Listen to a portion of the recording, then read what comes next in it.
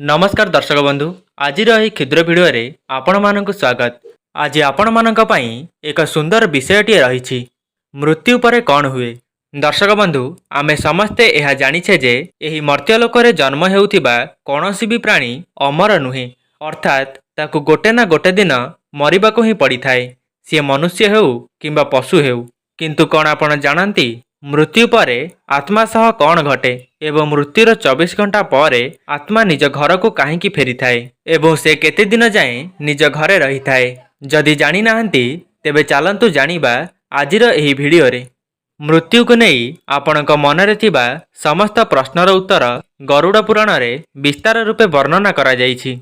गरुड़ पुराण रे कुहा जायछि जदि कौनसी लोकर मृत्यु होई जाए सेतेबेले जमदूत माने ता आत्मा को जमलोक को नहीं जाइथांती, जेउठी ता पाप और पुण्यर हिसाब करा जाइथाए एवं जमदूत माने ता आत्मा को पुणी ता घरे 24 घंटा पर छाड़ी जाइथांती। जमदूत मानक द्वारा छड़ा जाइथिबा मृतकर आत्मा सेही घर भितरे परिजन मानक मध्यरे घूरी बुली थाए एवं निज परिजन मानक सह कथा हेबा पई चेष्टा करिथाए, हेले ता कथा को केही सुनी पारंती नाही। एहा देखि मृतकर आत्मा दुखी होई जाए एवं जोर जोर रे चिल्लाइबाकू लागे, तथापि मध्य ता कथा को केही सुनी पारंती नाही।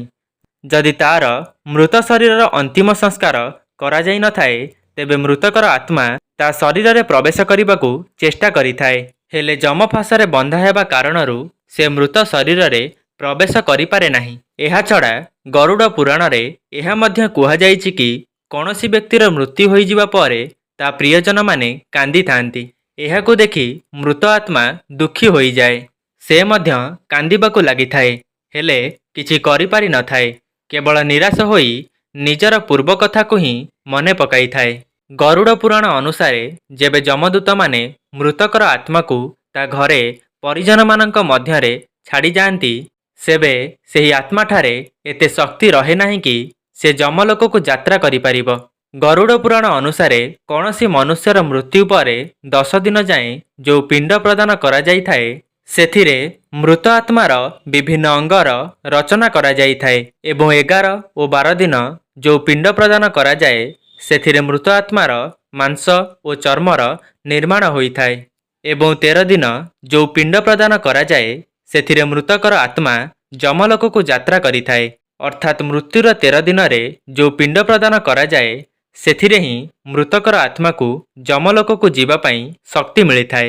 तेणु गरुड़ पुराण रे कुहा जायछि कि मृत्युर 13 दिन जाए आत्मा निज घर निज परिवार परिजनक मध्यरे ही घूरी बुली थाए एवं 13 दिन पर मृतकंक आत्मा मर्त्यलोक छाड़ी जमलोक को यात्रा करि थाए एवं एही यात्रा को पूरा करिबाकू ताकू गोटिए वर्ष समय लागि थाए।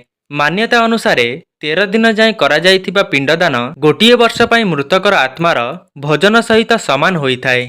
तेबे आपणक मनरे गोटिए प्रश्न आसुथिबो, जे मृतकंक निमित्त पिंडदान न करा जाए तांकर कौन हुए। तेबे एहार मध्य वर्णना गरुड़ पुराण रे कुहा जायछि कि जे मृत व्यक्तिर 13 दिन जाए पिंडदान करा जाए नाही ताकू 13 दिन पर जमदूत माने जबरदस्त निज सह घोषाड़ी घोषाड़ी जमलोक को नहीं जाइथांती, जहाद्वारा मृतकक आत्मा को जमलोकर यात्रा समय रे बहुत कष्ट सहिबाकू पड़ी थाए। सेथिपाई हिंदू धर्म रे मृत्युर 13 दिन जाए पिंडदान करिबाकू बहुत आवश्यक बोली कुहा जायछि।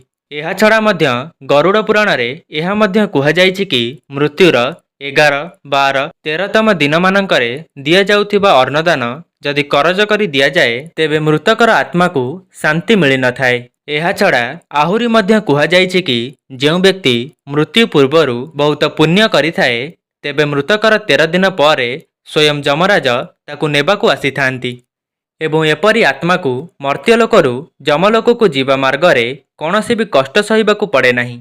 एहार विपरीत जेबे पापी आत्मा को जमलोक को निया जाई थाए सेतबळे बाटेरे जमदूत माने ता आत्मा को बहुत कष्ट देई थांती एवं जमलोकरे पहुंचीबा परे जमराज पुण्य आत्मा को स्वर्गलोक को पठाई थांती एवं पापी आत्मा को ता कर्मर दंड भोगिबा पाई नरक को पठाई थांती एवं नरक दंड भोगी सारिबा परे ताकू कर्म अनुजाई पुणी मर्त्यलोकर कौनसी भी जोनि रे जन्म नेबाकू पड़ी थाए। दर्शक बंधु जदि आपण मानंकु एही भिडियोटी भल लागिछि ତେବେ ଭିଡ଼ିଓକୁ ଗୋଟିଏ ଲାଇକ୍ କରନ୍ତୁ ଏବଂ ନିଜ ସାଙ୍ଗସାଥୀମାନଙ୍କ ମଧ୍ୟରେ ଗୋଟିଏ ସେୟାର କରନ୍ତୁ ଏବଂ ଚ୍ୟାନେଲରେ ପ୍ରଥମ ଥର ପାଇଁ ଥିଲେ ଚ୍ୟାନେଲକୁ ସବସ୍କ୍ରାଇବ୍ କରି ନିଶ୍ଚୟ ଯିବେ। ଆଜି ପାଇଁ ରହୁଛି, ନମସ୍କାର।